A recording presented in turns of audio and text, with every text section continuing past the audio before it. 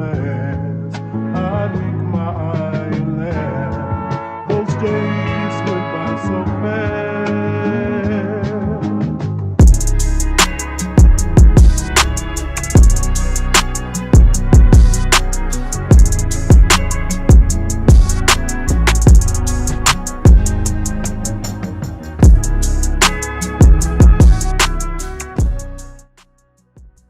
Yes, my people, Upfront Discussions, and today, right, we've got a Birmingham legend, you know.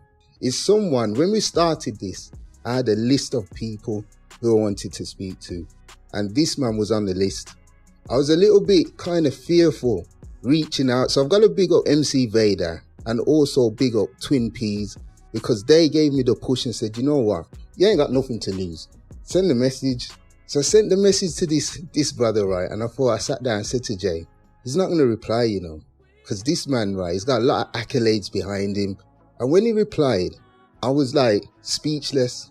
We made the phone call and made the connection, and he made it happen. Yeah, man. This man, right, is a composer, writer, producer, mix engineer, artist development, and he was responsible for, I would say, one of the biggest movies coming out of Birmingham. One Day, he scored the soundtrack to that, the whole thing. So if you don't know who I'm talking about, and yes, let's not forget, he was also involved in MD7, and he had his own little clique, and we'll go through that. But again, if you don't know who I'm talking about, it's the one and only Mr. Urban Monk. Yeah. Bloop, bloop, bloop, bloop. Yes, my brother. How you doing, man? I'm all right, man. I'm all right still. I just come from my cousins, man. I had a big Sunday dinner, so I'm feeling nice. Yeah. Yeah, I'm feeling nice, man. And bro, listen, I've come up here, right? And you know what came to mind? What's that program called? Real Hip Hop Atlanta. Stevie J. That's the setup. Yeah. That is the setup. So people, you can't see, but that's what I'm envisioning. There's like boards and lights flashing all over the place. It's the flavor, man. So how's life treating you? All right, just with me now, I just work, you know what I mean? Whether it's cutting hair, developing the youth them, you know what I mean, trying to help them, stay out of trouble, or whether it's working on my own stuff. You know what I mean? I'm constantly just working, and on top of that, I'm a dad, so just it's just life, innit? Just try and balance everything and just keep working, man. Good, good. Yeah. So, in fine style, this upfront discussion, we try and talk to legends in the area, and we try and get a sense of their journey. Yeah. You know, when you say legend, I don't see myself as a legend. I've done a lot, but I don't think I've done that much. So I don't think I've done that much, man. And you see, there's a lot more I could be doing. You know what I'm saying? And that's probably you because you're involved in it from the outside. Yeah. Because I've always heard, I'm a fan of the music, DJing on, pirate radio stations and so forth. So listening to the music that was coming through, your name always pops up. Yeah. In terms of the producing side. And that's what I'm really interested in, the production. Yeah, man. But if we start now and we take it back. To where it all began. So talk to me about the name Urban Monk. Okay, so obviously I've been doing martial arts since I was around the same time I started music. Yeah. And I was a big fan of the martial arts films. Before I even was into like Wu-Tang Clan, who's a massive influence on my sound. I was into like, my mum was a karate woman, and my uncles were like world champion fighters. Okay. They're kung fu guys. So I was always around the martial arts, man. And originally I was called Bitter Monk. At the time when I was a kid, I used to love this kung fu film called Iron Monkey. Yeah. So I called myself, and it's not the Donnie Yen one, the old Iron Monkey, the Chen Quan Tai one. I won't go into that. I'm a bit of a film buff, but anyway. Is that why? Sorry to cut you, right? Because I noticed on the gram as well. Yeah. Something that I like, right, is how you chop the music, the music to the film, right, and it gives it a sense. It gives it like a feeling. Yeah. That's what I like. So is that where the movies, the influences? Yeah, definitely. I love film. I always have. whether it's science fiction, kung fu. Yeah. You know what I mean? I love a good movie. Yeah. I've always wanted to, like, probably one of my things I wanted to do, like, is try and make a film. You know what I'm saying? So that's what I'd like to do. But the name, I was originally called Bitter Monk, and it wasn't until I got involved with Full Metal Jacket, which was like we had our own little Wu-Tang kind of crew. My brethren, Mega Stress, he was like, you should be called the Urban Monk because of the way I was just raw, you know what I mean? I was just a proper, I didn't give a fuck. I was a street kid, and I was like, man, yo, you should be called Urban Monk. Yeah. You know what I mean? So, and then the name just stuck from there. Okay. You know what I mean? And then the monk comes from my martial arts. So them times I was traveling the world, fighting, doing all that kind of stuff, man. Okay. So that's where the monk came from.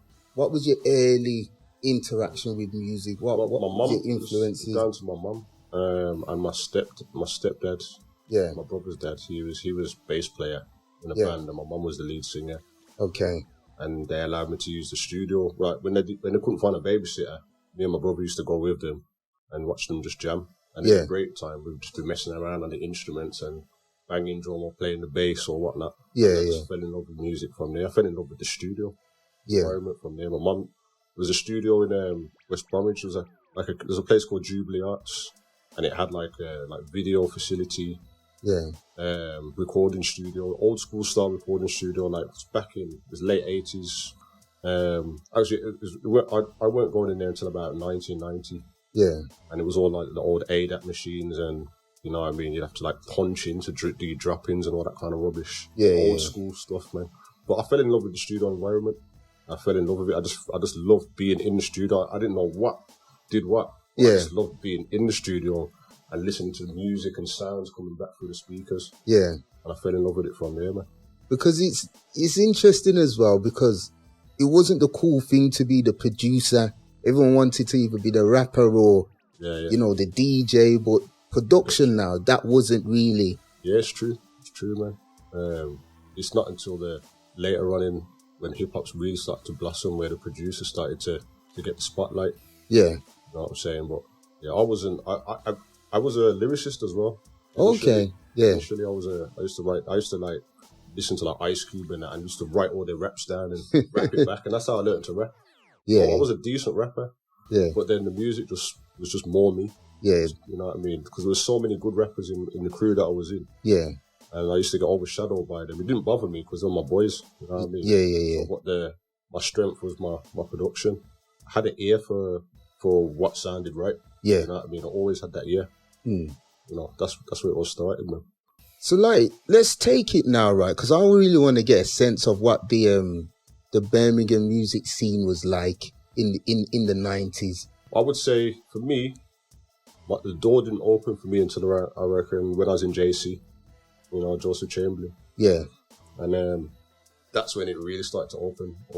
You know, I people like Judge Dreddy, he went to... Oh, yes, I forgot about him. He was at college. There was so many talented people at college. There was people like from MSI in there, Pentalk.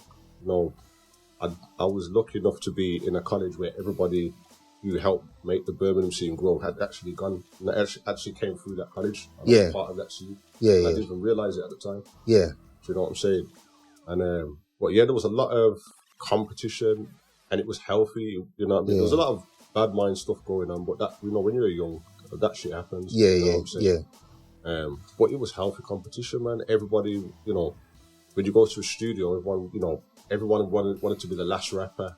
We used to link up on a Saturday and the man used to boss off verses, and someone will hurt you, go there with your best verses, and someone will come back with a better verse, and you're like, you go away, come back next week, and you come back with a better verse, and then that goes away, comes back.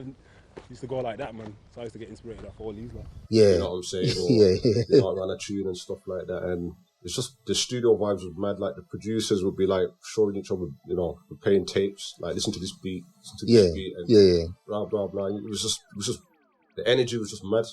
Were you producing at that time? I've been producing since I was 12 years old. Okay. You know what I'm saying? Yeah. So I made my first beat when I was 12. So when I went into college, I was already making beats, man. Yeah. You know what I mean? I didn't start computer music until I went to college. Yeah. But I was taught both worlds. So I can record like ADAT style, punching in and stuff like that. Yeah. And computer. Okay. So I was lucky enough to have the crossover. But then I went to college, JC, and I fell in love with computer music straight away. Yeah. Yeah. I remember sitting with some producers who'd been making beats on this program called Cubase. Yeah. I was watching what they do. I was blown away. Blown away, man. And then I remember my first beat on Cubase, and it just sounded like tin pans like being scraped across the floor. I've put everything in there because I was just so blown away by all the sounds and the channels I could use. Yeah. But yeah, man, it was, you know what I mean? Like, there was a lot of competition, a lot of different styles of production, and it was, you know what I mean? It was nice. It was nice. And you know what? To people who's listening as well, especially for the younger generation, because we spoke about MSI Asylum, MD7 Pentalk. Just give us a flavour of who were they? Who were they? Were they like rap crews, collectives? So I first heard of MSI when I was in college, and I think the first, like, I remember being in town with my boy Matthew MJ. One of the he eventually started singing for Maurice Delta and that. Yeah. I remember I was in town once, and this guy was a cool looking guy. You know, had like a little high top, and his hair was dyed.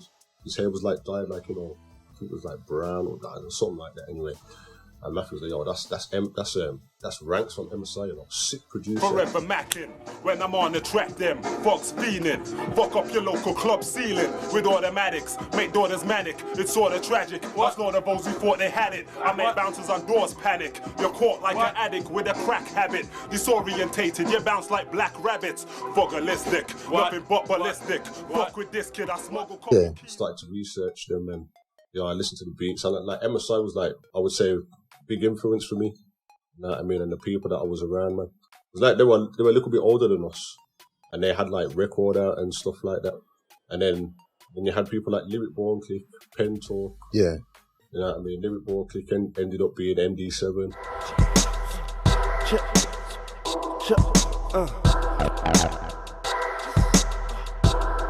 Yeah.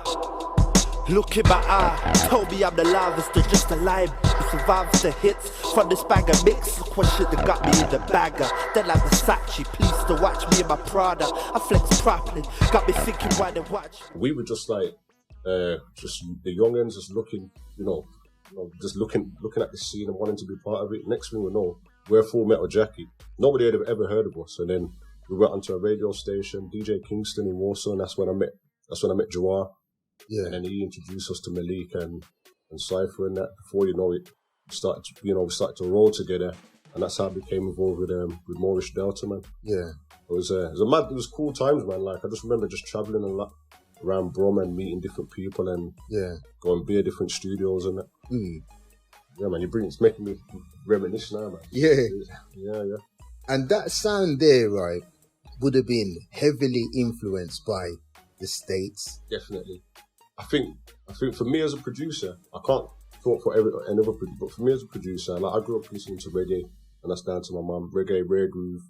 So my sound was kind of, I borrowed from all genres. Yeah. My main influence was hip hop. So the sound that I came with was a fusion of a bit of reggae. It had that reggae, dark, deep bass groove. Yeah. And it had like the melodies were all like rare groove-ish. Yeah, you know what I'm saying? Yeah. You know what I'm saying? It was just a fusion of all the sounds that I was influenced by as a kid. Yeah. You know what I'm saying?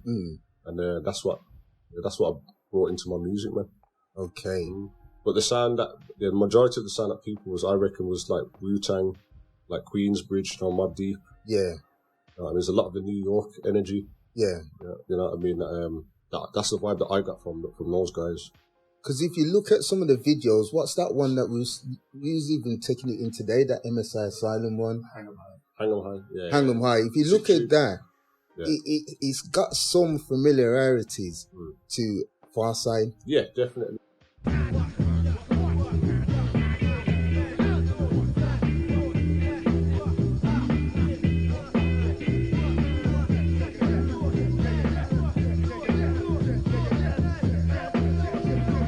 I'm out for the gusto, rap Fidel Castro, cause a fiasco from Bordeaux to... Yeah, we're heavily influenced by US rap. That was the golden era. Yeah. Like, everybody wanted to be a New York style rapper or a West Coast rapper. Or be compared to that. You know what I mean? Even to be compared to that was a blessing. Yeah. You know what I'm saying? Like, was heavily into West Coast before. You know what I mean? And when I started to become a known producer, I think it was my brethren Dreadful. It was like, you need to listen to East Coast, man. I started to listen to more East Coast, but I always like DJ Premier and Gangstar, and huge influence for me. Yeah. But yeah, I just love hip hop. Man, through and through. Would you say, right, as a producer, because we'll go into it a little bit later, but you was mentioning the equipment that you was using back then. All right. Would you say, as a producer, it's more, you had to be more creative as opposed to now? 1,000,000%, man. I had limited resource. Basically, college, obviously their money wasn't pumped into the music room. You know what I'm saying? I don't know, the education system or whatever back then, but their priority wasn't music. You know what I'm saying? So it was limited. At the time, I thought it was amazing. When I look back now, it was just one list. It was a sampler and that was it. So I had to make the most of that, and we did. You know what I mean? I was in that room every day, lunchtime. You know what I'm saying? You couldn't get me out. But making music, that's beats. it. If people wanted to find me, that's where they'd find me. You know what I mean? If I had a hit on my head, I'd be dead now. You know what I'm saying? Because you've nowhere to find me, man. There's nowhere to find you in the studio. Exactly, man. You know what I'm saying? But I had limited resources and I made the most of it, and that's probably what made me the producer I am today. I can go to any studio in the world and I'll be able to produce a high level, high standard beat, man. And I don't mean that I'm not blowing my own trumpet or nothing, but I've come from an area where I had nothing. You know what I'm saying? So, talk me through, 'cause I'm always interested in the creative process. So what's your creative process now? So you're going to sit down, right? You've got the influence to make a beat. I see all the records stacked up, and what is the creative process like when you're starting to layer a beat together? For me, first and foremost, I gotta be in the mood. You know what I'm saying? So let's just say I'm in the mood. All right. Yesterday I work in a barbershop on the weekends. And it was quiet. It's been quiet after lockdown. So I sat in the car and I was like, I need to build a beat, man. So go on YouTube. I find myself at acapella. I put like a little melody down first, little drum pattern. I'm kind of feeling.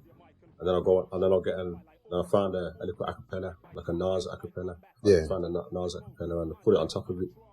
And then that's what pulls my beat together. So I put the acapella on top of this beat, and I start redoing the drums around the acapella. Start putting the bass line around the acapella.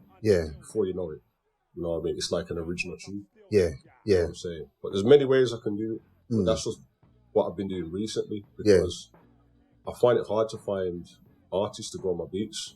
Or just use acapellas that are already out there. Of artists that I like. And just seems to just work. You know what I mean? So do you like just produce loads of beats, or if there's an artist that comes to you, will they come to you and say, show me what you got, or will you do a session with them and speak to them in terms of what's the direction in the track here? Okay, so when I work with clients, there's two types of clients that I work with. There's the one that wants me to produce a type of beat, and there's one that wants to sit down with me and work, and just create a beat. I prefer to sit down with the artist, and create a beat. You know what I'm saying? And that works better for me, because then the beat's kind of tailored to the artist as well. They're part of the process. Whereas the other type of artist now is just like, I need a drill beat. I'll come back next week, hope it's done. I can't work like that, man, because it just won't get done. So I tend to turn those clients away. You know what I mean? I'd rather not do the job, because I won't do it to the best of my ability. You know what I mean? Because I suppose there's no direction, and you don't know where. There's no direction, and 9 times out of 10, that artist probably doesn't know what he wants. You know what I'm saying? So I'd rather just not do it. You know what I mean? And one thing I've learned in my journey is saying no is critical. You know what I mean? There's times when I've took on jobs and I've probably been there for like a whole year trying to please this person. You know what I mean? It's not worth the money. It's not worth the hassle. You know what I mean? So I've learned to say no. You know what I mean? And that's hard. Turning away money is hard, especially in this day. You know, this time, these days, man. But I prefer to work with the artist, and the artist has to be on the same kind of wavelength as myself. Yeah. You know what I mean? And then, you know, it's all about energy and it's all about the vibes. And I work best that way. What's your take on some of the narrative that's going out there? Because look, there's records out there that people are just talking crud, constant crud. But as a producer, do you don't mind or putting your production against something? Do you think about the message as well? That's a good question. Because if a man comes to me, it's a good question, man. Because if a man comes to me, say a big artist, say like, what's his name, Little Nas X. I'm sure he's like on that video, he's getting backshot by the devil or something. Yes, that one. The man says to me, yo man, I want to buy one of your beats off you, $20,000 or whatever. You know what I mean? I'm like, fuck, what do I do, man? Because that $20,000, because there's a deposit for my house, man. Yeah. What then? Do I want this geezer on my beats? Yeah. You know what I mean? So sometimes, I don't know, that's a very hard question. Yeah. What do you do? Because not just the $20,000, but him jumping on my beats can open door to a whole load of other business. Yeah. You know what I mean? So probably 9 times out of 10, I probably would do that. Yeah. You know what I'm saying? Sometimes you got to do what you got to do. And this is why, right, I like having this. This is why I call this podcast Upfront Discussions, you know, open and candid. Because a lot of people will say that they wouldn't, you know. But then... they're lying. But they would do it. They're lying. It's like a man saying, I'm not taking the vaccine. You know what I'm saying? Yeah. 9 times out of 10, you know, you go to take the vaccine, you see the same brother sitting down there taking it. You know what I mean? Yeah. You know, it's just one of them. Like I said, a lot of it's all front. Yeah. That's true, man. It is true. So going on to now, because you've talked about movies being interesting and you want to eventually make your own. Mm-hmm. How did you get involved in One Day? What was, you know, the whole process, the phone call and... So basically, I just moved back from London for about a year. I was working there in London for about 3 years or something like that. Yeah. My partner at the time got pregnant with my daughter. Yeah. So relocated back to Brum. Yeah.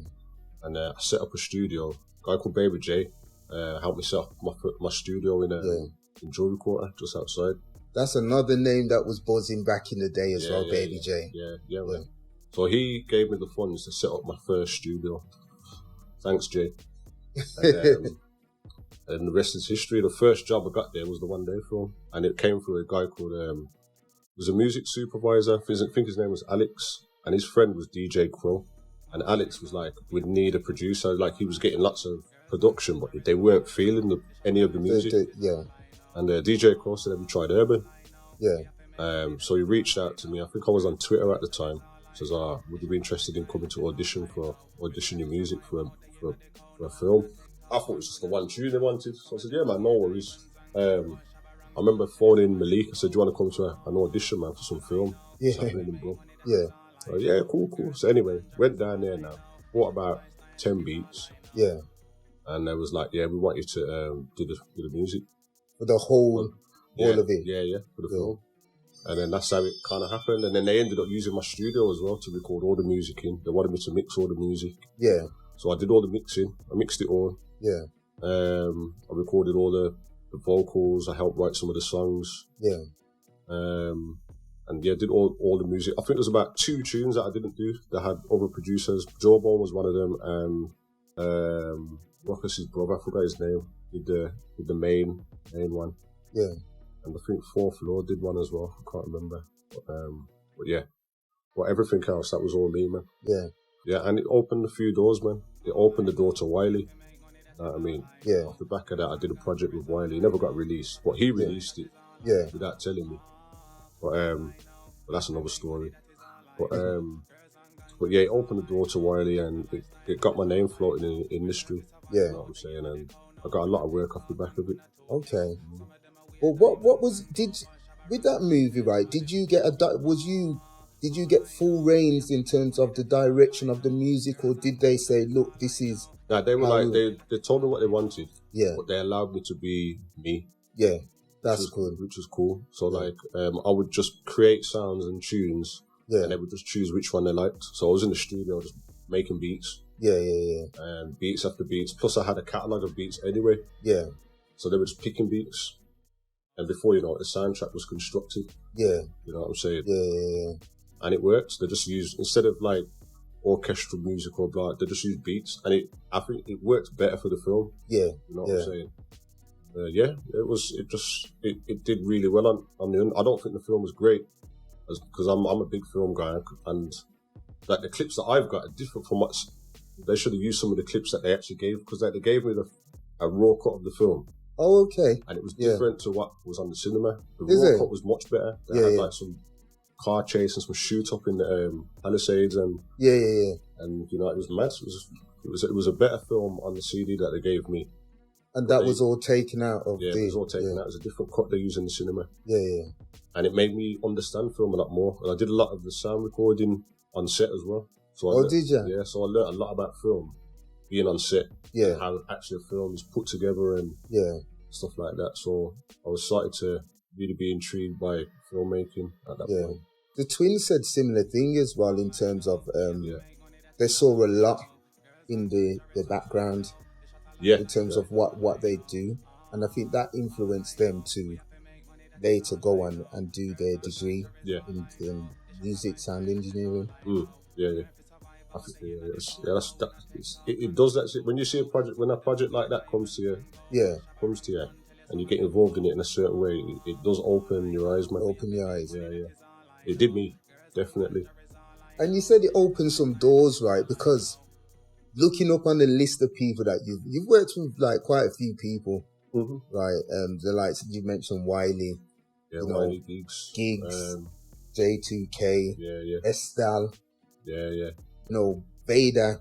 I'm a big fan of Vader. So got a really good project. I want to play some stuff later. Got a really good project with Vader called DEMPANIK. Yeah, he's just a special guest on it. There's other people on it, but he's like urban monk. It's called DEMPANIK, starring Vader. Yeah. It's like I've constructed it like a film. Okay. So there's other people on tunes and they got their own tunes and stuff, but Vader's on most of the tracks. Yeah. And he's featured on a lot of the other tunes as well. Yeah. So, I'll tell you about that later a little bit. What's your most memorable studio session, or who's the one artist that stands out to you to say, do you know what, I really like working with this one, or that session was a funny one or a memorable one? I think the best session, the maddest session I ever had was when Gigs, I was working with Gigs, and then Lilly Allen come in the studio, and then Cormega came in the studio. Okay. I knew from then it was just going to be one of the maddest sessions ever, and it was. Yeah. And I ended up, Cormega and Gigs ended up doing a tune on my beat, and I ended up recording a track for Lilly Allen, just engineering her. Yeah. And it was just one of them times. It was just like, it just happened randomly. Yeah. Lilly Allen was just, at the time, Segways were big. They'd just come out. She was just riding around the studio on the Segway. Yeah. Just a random session. Yeah. Another mad session was, I did a soundtrack for a film called Antisocial. Yeah. Which had Skepta in. You know, the woman who's married to Prince Harry now, Meghan Markle. Oh, yeah. So she's in it. Oh, okay. Yeah, she's the star of it, actually. So I did a lot of the music on that. Yeah. And I remember the director and the producer was like, they had a piece of music. Yeah. And the piece of music they had was that Massive Attack tune, you know, when the woman's walking down the road. Yeah. We need herbs, we need a tune like this. I was like, okay. So I created this tune with the help of Dukas. He's another producer that I worked with when I was working at that studio. And then I know a producer called Steven. So we put this track together now. It sounded wicked, had that the whole Massive Attack vibe. Yeah. And I was like, you know what? We need that singer for Massive Attack. I was like, how are we going to do this? Yeah. So I had a friend who I'd worked with, and I met him through a contact that I got in LA. Yeah. Simon Britton. This guy's crazy, man. But he's got so many contacts, it's ridiculous. So I followed him, I said, yo, you know Sharon Nelson by any chance? Yeah. I was like, yeah. Do you want to use her for a trip? I was like, yeah. She was down the next day. Yeah. So I got Sharon Nelson from Massive Attack on the tube. The next day, man. Yeah. Yeah, I made it happen. So like the tune's called Looking, and it's on the actual soundtrack called Antisocial Soundtrack. Yeah. And that session there, bloody hell, crazy. She is eccentric. Yeah. Eccentric, man. she needs to get on a vibe before she just went in there. She didn't rehearse nothing, and she just sang the whole song from start to finish. One take. Man. Wow. Yeah. I think she came back and redid some of the parts, but the whole song was done. Yeah. In less than a few hours, man. It's like, and then they used it for the soundtrack. It's the main tune on the soundtrack. Yeah. Yeah. Wow. So that was an interesting session. And then I remember a good few sessions with Wiley. He was one of my favourite artists to work with. Wiley. Yeah. I really like working with him. We kind of gelled as artist and producer. Yeah. He worked quick and he sounded really good on my beats. Yeah. It just so happens that he's just crazy. You know what I'm saying? Yeah. But I got a mad respect for him. Yeah. And I like the way that he works. Man. I like the way that he dealt with my music. Okay. He respected my music, man. Yeah. You know what I mean? He even say I named one of my tracks, say I called it Dirty Shoe. Yeah. He would base the whole song around Dirty Shoe, and it felt right. Yeah. So he kept the energy of the music, and he just, you know what I mean? He just knew what he was doing. Yeah. And that's where I realised, I need to be working with people that know what they're doing. Yeah. You know what I mean? Yeah. You mentioned something there, right, about respecting your music. Yeah. Something that I always think about. If I was a producer, I'd have some, loads of music projects or working with individuals. Mm-hmm. And I've put the work together, do you know what I mean? Taking so long to put a project together, but keeping it in-house without it going out too early. And do you have those problems or those worries? Because I imagine that you have to kind of have the trust people with your files. If you're going to send a file to someone to say, lace this up, you need to trust them to a certain extent. Yeah. Not to put your music out. Do you know what? I think in my older age now, I don't care anymore. Oh, okay. Yeah. You know what I mean? If they put it out, they have to pay me. Yeah. You know what I mean? Yeah. You know what I mean? If they put it out without my permission, I can get them back another way. It's not like on a revenge thing, but if they put it out and I haven't approved it, I can just sue them. I can take them to court, man. Yeah. And I'll get my money back. Oh, okay. Or they'll have to pay me out. And a lot of artists know this anyway. Yeah. But then obviously I'm very careful of who I work with now anyway. Yeah. You know what I'm saying? And I think more now than anything, I'm just more helping people. I'm not as when it comes to my beats, I'm not as what's the word I'm looking for? Precious, BJ. Because I've realised that where there's one beat, there's another. Yeah, I can just pull out a next one. Yeah, you know what I'm saying. So I'm probably going on a tangent now, but I'm quite spiritual, and I believe that if somebody was to take my beat and just take the piss, the universe will get them back in another way. Yeah. And the universe has exposed them to me. So I'm just okay, you've done that. I'm not going to work with you again. Yeah. You know what I'm saying? For real. And that's how I think now, and it's made my mind at peace. When it comes to my music, you know what I mean? So, do you know another thing, right? When you think about beat makers and producers, okay, can someone call themselves a producer if they don't play instruments? Yeah. Okay. Yeah. I thought you was going to ask a different question then. What's the difference between a beat maker and a producer? That's where I'm coming to now, because what is the difference between just a beat maker and a producer? Well, a beat maker just knocks the beats together, and you know what I mean? Yeah. Kind of just makes the beats and doesn't really, have control of the overall song. Yeah. Whereas a producer now, I would call myself as a producer because I'm hands-on with the writing. Yeah. The way the song should sound. Yeah.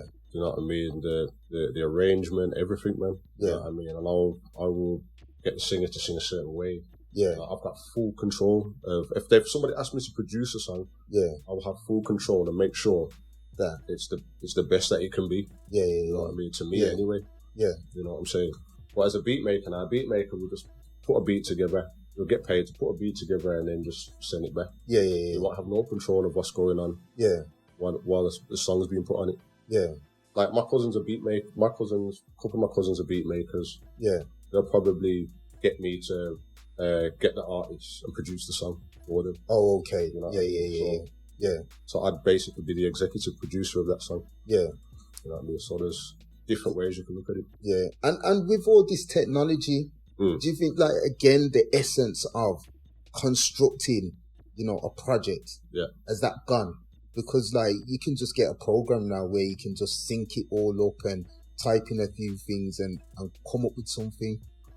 With now you've got new technology, so you can just buy a program with samples already in there, plugins, jumping on YouTube, pulling a sample off, chopping it up a little bit and putting something out. Well, going on YouTube, I do that quite a lot now. It's just easier. Yeah. You know what I'm saying? If I want to get a quick sound and then I'll just reroute it through my desk so it's got that analog feel. Yeah. Do you know what I mean?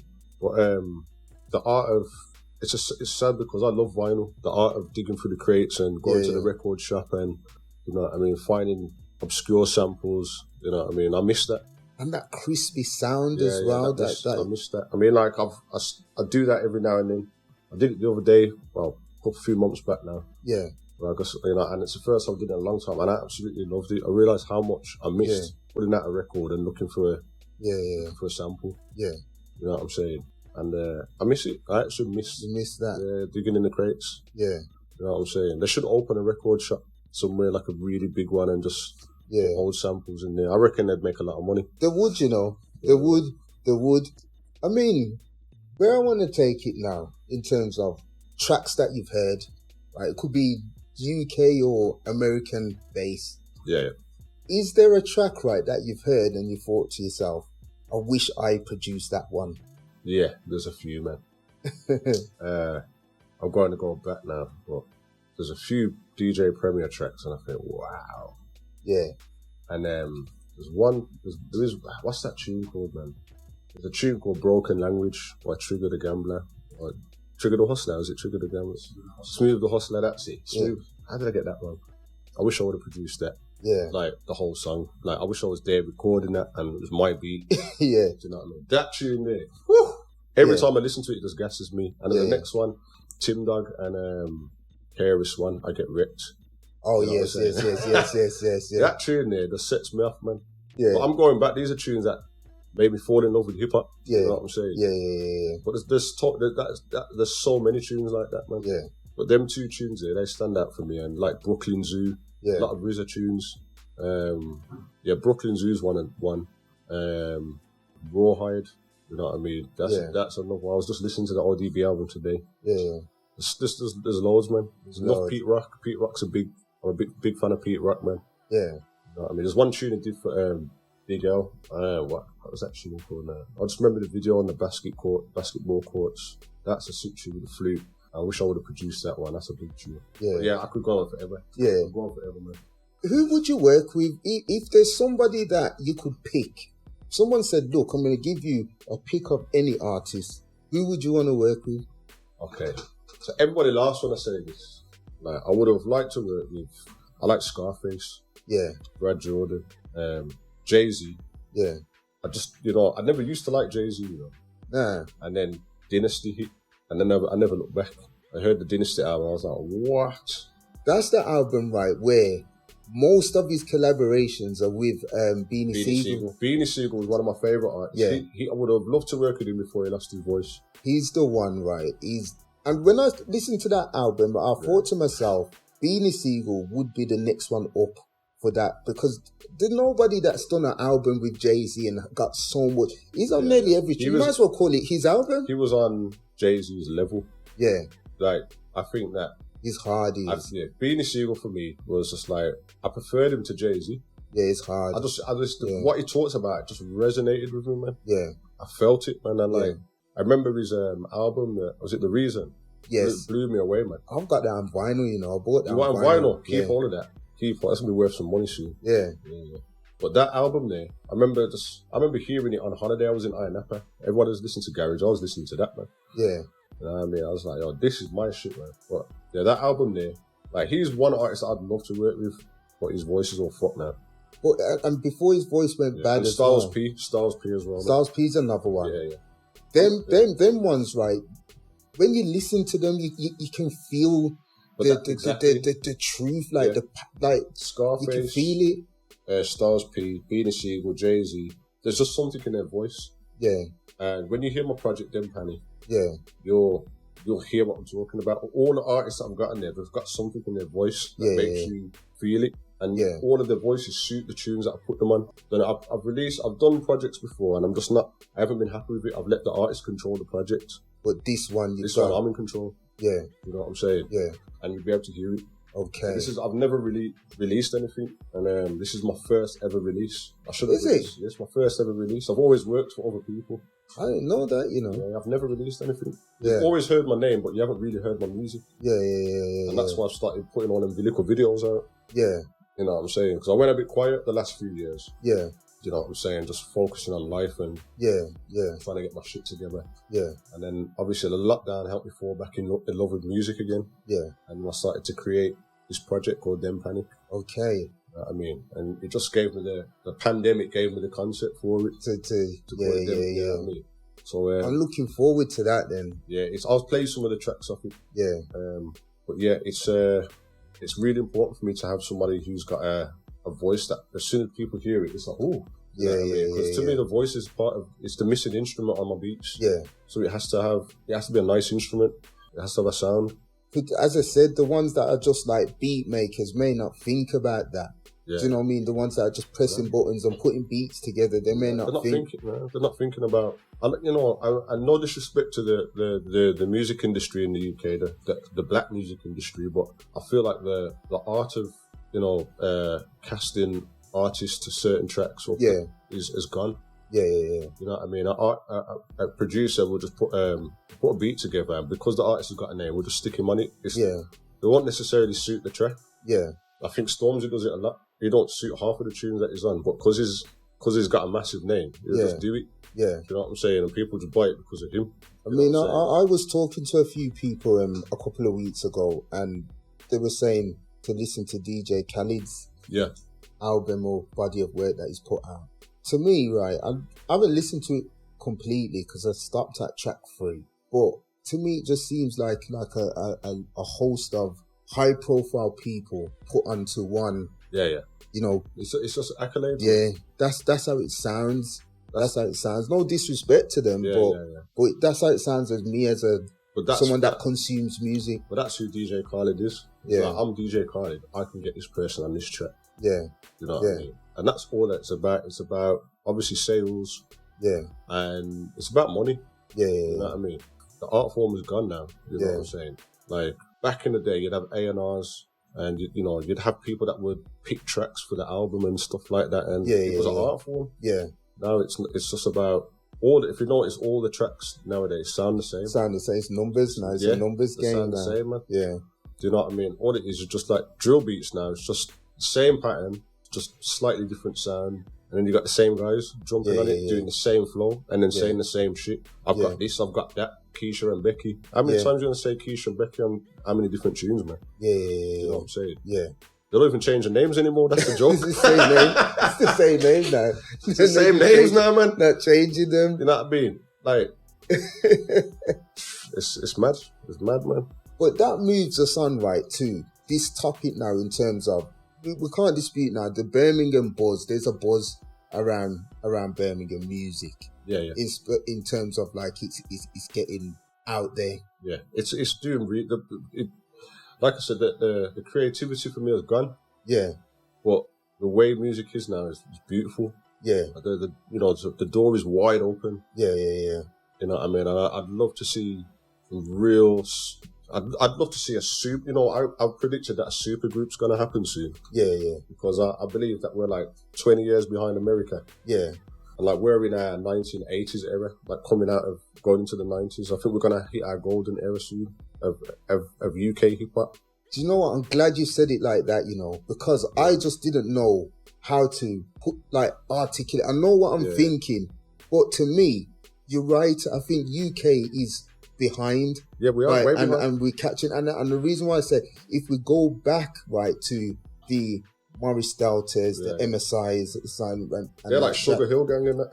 This is what I'm saying now. We are kind of like we're actually watching that happen now in front of us. They laid the foundation. Like Rodney P's, all of them, man. There. Yeah. Do you know what I mean? Without them, the youths wouldn't have. They probably wouldn't have, like I said, the foundation. They even down to like people like N-Dubs and that. Yeah. They opened a massive door for the for the urban music scene. I don't like using the word urban because that's my name, but they opened massive doors, big brothers. You know what I'm saying? Yeah. Like if they was to come through now with their sound like fresh and that, they'd make a lot of money. Because if you think about it as well, because I was thinking that the UK sound, and I have to say Birmingham because that's where I'm from, but the Birmingham sound is blowing because the artists now feel comfortable with kind of being themselves. Yeah, exactly. But if you think back though, look at Mitchell Brothers, how they were. Yeah. They just had their normal London sound. That was my first credit. They were my first credit. They were. Were they? Yeah. My first credit was Mitchell Brothers, and that was my first credit with Gets and Plan B, all on the one tune. Yeah. And they had just an original sound, but they just didn't get their just deserves, man. They didn't get it. I liked the Mitchell Brothers, you know. I remember interviewing them when they came to Birmingham, like years ago when I was on the radio. I interviewed them and I just liked how they were. Yeah. It's just down to earth and they're cool brothers, man. Yeah, and they've done some drops and everything for me. But if you listen to them, and even Mike Skinner, The Streets, where he just come with his raw, like you know, accent. Yeah. And he blew up. Like, he's sick. He's like all of them are sick artists, man. Yeah. But but you know what? We had to have some form of foundation. Yeah. You know what I'm saying? For to be where we are now. Yeah. And they were the foundation. Do you know what I mean? Do you know what I would like to see? Some of the artists now that are kind of like really catapulting and doing the numbers and up there. I'd like to see when they do a video, pull some of the foundations in that video. They won't do that.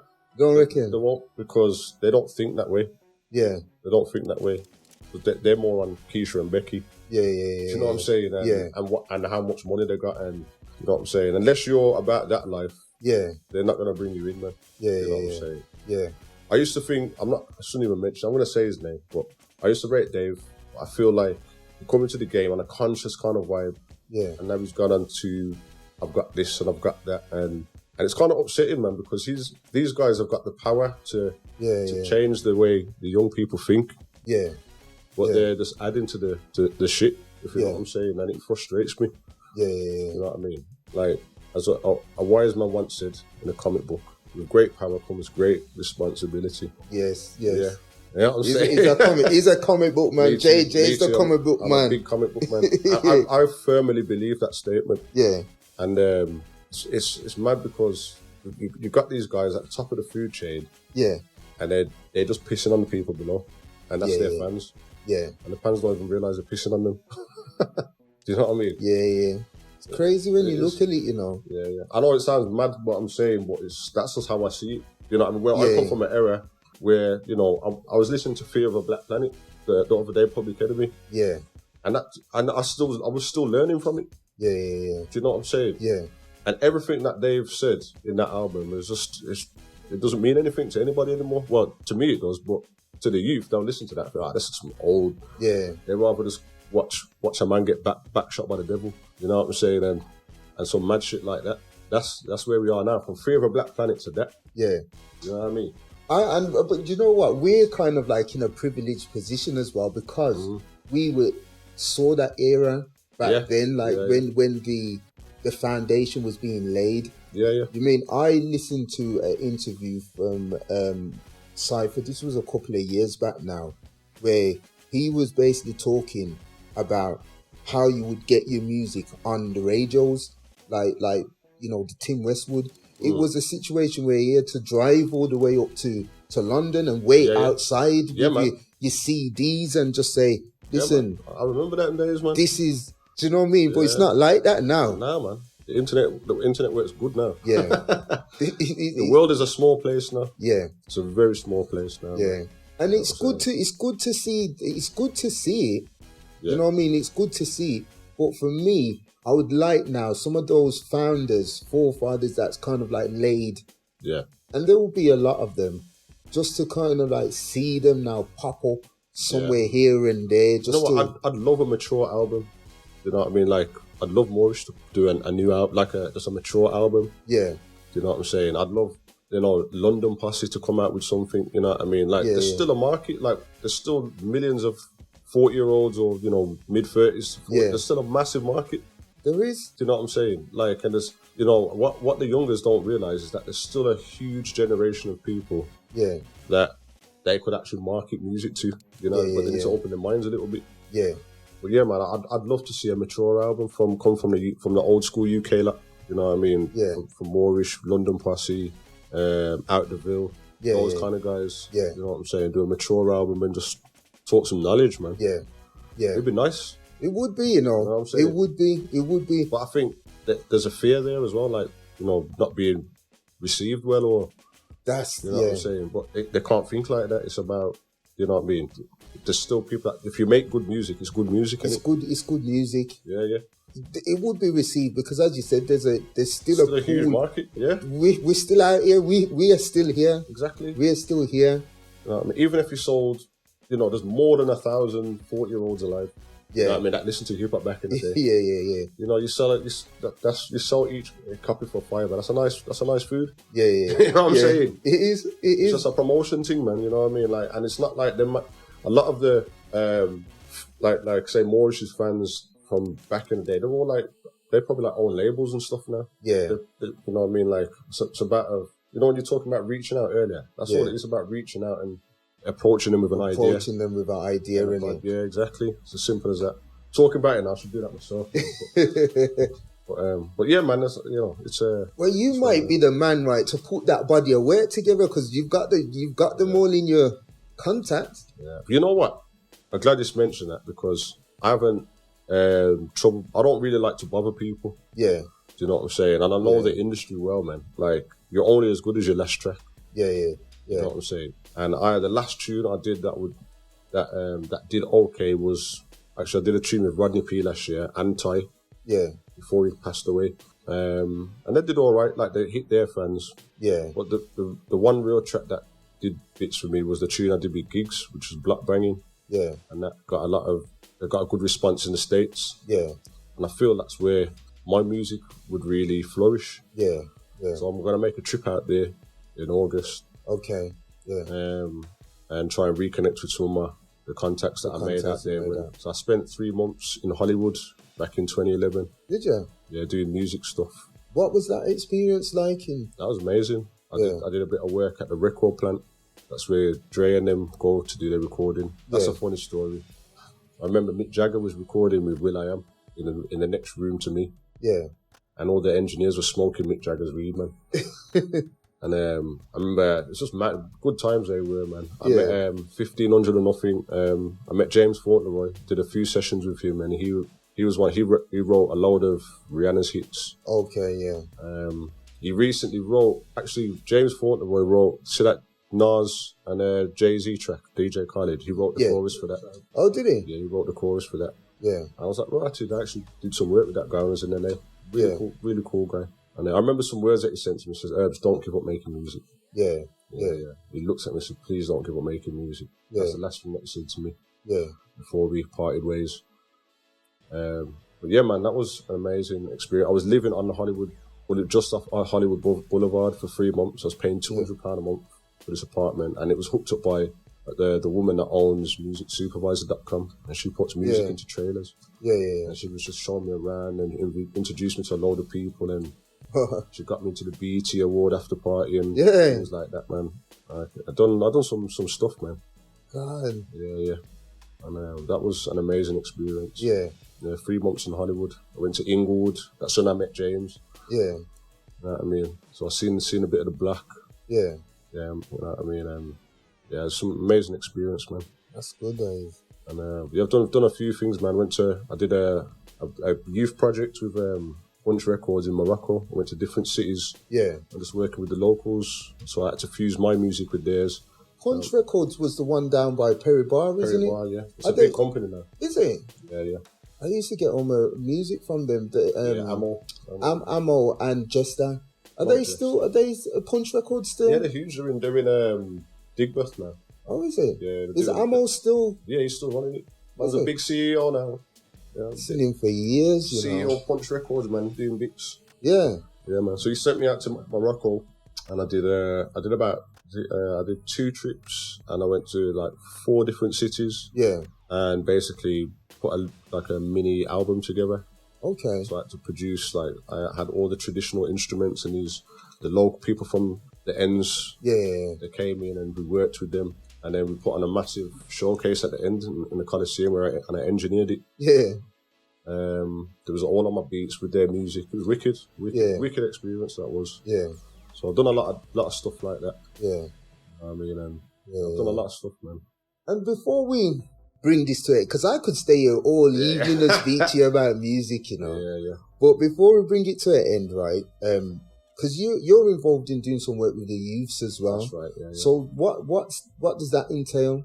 So I've been working as much as I'm doing all this music stuff. Yeah. I've been working teaching since early 2000s, man. Just working with just kids off the ends and stuff like that. Yeah. And I find that music is a great tool for distraction. Massively. You know what I'm saying? It worked for me as a kid, and I've worked with kids with disabilities. I worked for Pentalk. I bought my music project there, and you know what I'm saying, kids with Down syndrome and stuff. And you should see how they react to the music. It's beautiful. Yeah. And I learned from, I think my Pentalk was one of my first jobs, and I realised this is helping people, man. Yeah. You know what I mean? Yeah. And not only helping me, I can get paid off it as well. But ultimately, it's a tool for helping people. Yeah. And I haven't looked back since, and it's been my bread and butter ever since, man. Yeah. And I've worked from Pentalk to the Amy Winehouse Foundation, to Punch Records, to Baby People. Oh, the Amy Winehouse Foundation as well. Yeah, I've done loads of stuff, man. I've worked for Bernardo's, Children's Trust, Birmingham Children's Trust. Yeah. I'm currently working for Birmingham Youth Offender Service at the moment. Yeah. Through Oxygen Rooms. Okay. So I've worked. You know, when I look back, I've done loads, man. My CV is big still. It's massive. That's what I say to you, you know.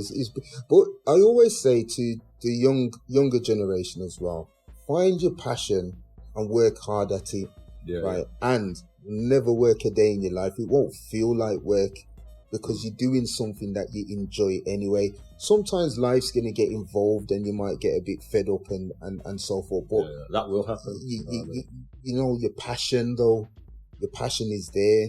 Doing something rather than doing a job that you're doing it for the money and you're not enjoying it. So I always say that to the youths always, man. So it's good that you're doing something. Follow your dream, man. Yeah. And the thing about when you follow your dream, you open unexpected doors as well. Yeah. Which is still your dream, but you just wouldn't think that you'd be doing that when you're doing it. I never thought I'd be an engineer. Yeah. Or, you know, or live sound recordist or nothing, but because of the work that I was doing and the style of work, that door opened and I was like a duck to water. Yeah. You know what I'm saying? Yeah. And it just worked out. Okay. You know what I'm saying? And even down to the barbering, even that's opened doors for music for me. So I could be here all day. I could tell some stories. I'll give you one gem though. Yeah. Remember, one of my first doors to open was, do you remember EPMD? Got Eric Sermon's here one time. That was through Baby J. Is it? No, that was through Jawar from Moorish Delta. He got asked to cut Eric Sermon's here. Yeah. He was like, he couldn't do it. And he was like, ask Urban, he's a barber. Yeah. So I cut his hair and then I got VIP entrance to the show straight after. Yeah. And he was listening to my beats after and stuff, man. But them days, my beats weren't as advanced as they are now. Yeah. But that was a good, I'll never forget that. You know what I mean? He was one of my heroes. At the time, he was big. You know what I mean? Like, it was like, I think it was 99 or something like that. Yeah. And I just remember going to the hotel and let's go through all these different people. I had to cut the manager's hair first. And then he went on the phone, was like, yo, he's cool, yo. And then I went into the room. Yeah. And he was sitting there. I said, yo, just clean up my hair, man. Yeah. I just gave him, he just wanted a skiffle, shape up the front. I was paying him beats. Yo, your beats are fire, man. Just keep working. Yeah. And that was it, really. That was mad thing. Yeah. I remember working at a barbershop in East London. And that's when I got my foot in the door with the Grindmans. Because EWD was at I cut his hair. Yeah. Maxwell D, I cut his hair. Okay. And they all used to come to this barbershop called Garvey's. Yeah. But they didn't know I was a producer at the time. I just used to keep my mouth shut. Yeah. And I used to cut all their hair and stuff. Yeah. And then while I was working there, I got a job at Roundhouse Recording Studio. And that's when I first met Mike GLC. I made one of his biggest tunes, Make It Home. Oh, okay. And then from there, like my kind of music career started to, because that was on Channel U for weeks. Smashing it. Yeah. And that was an old beat. I made that beat in a place called Hudson Tower. Yeah. Like those who know Hudson Tower, man. That was the making of me. Yeah. And yeah, that tune there did some. That's what got me the Mitchell Brothers link. Okay. Yeah. What's the difference between like working with, say, the London artists as opposed to the Birmingham ones, or is there a difference? Do you know what it is? That's a hard question. Like, when I'm in London, I feel like it's more professional for me. Yeah. You know, so when I'm in Brum, I just like the Brum man and the Brum, like Brum people. Them, I shouldn't say man, it's a bit sexist. But the Brum people, they're just like family. So I tend to not charge the price that I would charge in London. Yeah. You know what I'm saying? Because I feel like I owe Brum. Without Brum, I wouldn't be me. Yeah. You know what I'm saying? Don't get me wrong, I still want to get paid in that, but I'm leaning towards my Brum family because that's where I'm from. Yeah. Whereas London now, I keep it fully professional, and I do know my worth. Yeah. There's times when I haven't, but you know what I mean. I know my worth, and I charge. When I go to London, I'm professional. They see I'm professional. Yeah. They know that they're gonna get, you know, what they're paying for. Yeah. You know what I'm saying? Yeah. And the work ethic is. I do keep my work ethic good at all times, man. Yeah. You know, whether it's Brum or London, but I'm more professional when I go down to London. I'm more strict. Yeah. You know what I'm saying? And like, it shouldn't be like that still, but it's just, like I said, I'm just, with my Brumpy, I'm quite more relaxed and just laid back, you know what I mean? Well, that's like in any walks of life as well, you know, like it's mixing business with pleasure. It's hard. It's hard with whatever industry you're in. Yeah. Difficult to charge properly when you're working with your friends. And with Brum as well, a lot of us, we're laid back anyway, so it's true. It's that kind of approach. It's true. Yeah. Before we wrap this up, because there may be a lot of people that are either in the early stages of getting into production or music. Yeah. What advice would you give to anyone entering into the industry or wanting to get into the industry? Don't be afraid to be yourself. Yeah. I think that's rule number one. Yeah. The minute you start to try and copy or, you know, try and sound like something just to get in, that's when you start to fall. Yeah. I've done that. Do you know what I mean? It didn't do me any favours. Yeah. Like this project, DEMPANIK, is all me. I don't give a fuck what the industry think, man. Yeah. I'm making it for me, and I wish I would have done this 10 years ago. Yeah. There's a lesson I had to learn. Yeah. You know what I'm saying? Yeah. But that's rule number one for me. Don't be afraid to be yourself. Yeah. Number two, well, this should be number one really, is love what you do. Yeah. You know what I mean? If you don't love it, then don't do it. Yeah. True. You know what I'm saying? Simple as that, man. If you got those two, if you stick by them two, you'll be alright. Yeah. You know what I'm saying? One thing before I wrap this up, right, that I liked, and you brought back some childhood memories for me, you know. Yeah. When you put that clip up of Wurzel Gummidge, and I had to talk to my kids about that, you know. Yep. I showed them it and I said, listen, you don't know about this, you know. And they're looking at it and think, what's this? What is this? I'm like, yo, this right? Yeah. You used to run from school to watch this. Madness. I used to take off his heads and everything. Man. Yeah. Do you know what it is with that? Like, everything that I posted, that's something I've loved. Yeah. That's why it works, because it's I actually, like, every visual that you see, I've watched every one of them. Yeah. And I love it. You know what I'm saying? I've loved it. I don't post nothing that I haven't watched. Yeah. You know what I'm saying? And, you know, like, even down to, like, little things like Jason Argonauts. I just watched that the other day. I've seen that a million times. One of my favourite films. Yeah. So, like, I'm very nostalgic like that still. I like how the music, and this goes back to you being a producer, you know. I know that I'm going on but I'm just excited, but it goes back to you being a producer, because even the Richard Pryor movie you put on there, and the music that you put on the background, it kind of like changes the feel of it. Feel of it. It does. I just it's I like it. It's like when you watch, like, say I put music to a film now, like, you wouldn't expect that visual to go with that music, but then when you watch the visual back without that, you want to hear that music now. You know what I'm saying? Yeah.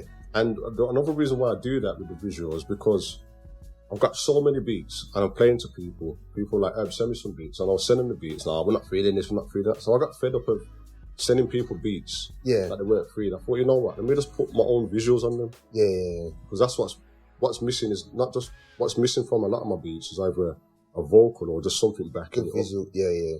You know what I mean? And people are starting to phone my phone again. It's like, yo, how much is that beat? I said, oh, you've got that beat, man. You've had it for fucking ages. Yeah. You know what I mean? But it sounds different now. I said, no, it isn't. It's just like you're seeing a visual with it. Yeah. Do you know what I mean? Or you can hear an American acapella on it. Yeah. Do you know what I'm saying? Yes. Like, a lot of artists that I've been working can't see the vision, or they haven't got the... I don't want to sound disrespectful, but I'm going to sound disrespectful. They haven't got the brain to fucking... Well, the imagine, what's the word I'm looking for? The creativity to put a style of lyric on it and make it work. To make it work, yeah. You know what I'm saying? Yeah. Like I said, I just put in an acapella. Yeah. And I just put it on top of one of my beats. Yeah. And that makes me feel cool, because I was always worried that I'm not going to leave a legacy behind. Yeah. But my Instagram is open for people to come and have a listen to. So that, for me, at the moment, that is my legacy right there now. Yeah. And I'm doing this project, DEMPANIK. Yeah. And I'm going to continue doing them. So I got a little series going, and just onwards and upwards, innit? So is that project completed now, or are you still working on it? I'm 40 tunes in. 40? Yeah, 40 tunes in. Like I said, the lockdown, I was doing a lot of work. Yeah. I'm going to play a little bit soon, but I'm only going to play like about 4 tracks. And then from them 40, are you going to scale them down to? Yeah, I've scaled it down to 20 at the moment. So I'm going to scale it down again. Yeah. And I'm probably going to pick the best 10. Okay. Yeah. So, man. And I learned that from the Americans. You know, they just they'll record bare songs for a project. Bare songs, and then they'll just scale it down. And some tunes will be like straight away, that's staying on there. Straight away, that one. Yeah. You know what I mean? Yeah. And I realise it's easy to tell the strong ones from the ones that you're not sure about. Yeah. And then there's tunes that are strong, but then you need to work at it a little bit more to get it to where you want it. So I'm at that stage now. I was trying to aim for June, but it's not going to be out for June. Yeah. My cousins are saying, you need to get it out because the pandemic's over. I says, no, it's not, man. So we're still in the pandemic. Still in it. We've been in it for a while, you know. I'm not going to rush it. I was thinking, shit, I need to, but I'm not going to rush it. Yeah. But I know that, the wheels are in motion. Yeah. Tracks have been recorded and tracks are finished. Yeah. You know what I mean? There's like at least 5 tracks fully finished. Yeah. I just need to master them. Yeah. But I might send it to America to get mastered. I don't want to master my own stuff. Yeah. That's if we can get a good deal. If I can't get a good deal, I'll master my own. You master it yourself. Yeah. A lot of people are using me for mastering at the moment, so I might just trust my own skills. Yeah. Well, Urban, man. I wish you all the best with it. I'll be looking out for that. DEMPANIK. Definitely looking out for that. Man. Before it's released, I'll send you something. Yeah. Cool. Well, thanks for having us. Really appreciate it. It was a good discussion today. I appreciate it, man. I don't do these enough still. And it's good to talk, man. Yeah. So just edit out all the bad bits in it. Yeah, man. We'll chop them out, man. Yeah, make it sound nice, man. Listen, people, we're gonna wrap this up, and then in fine style, this is Upfront Discussions with the one and only Urban Monk. Respect. We're out of here. Peace, people. There you go.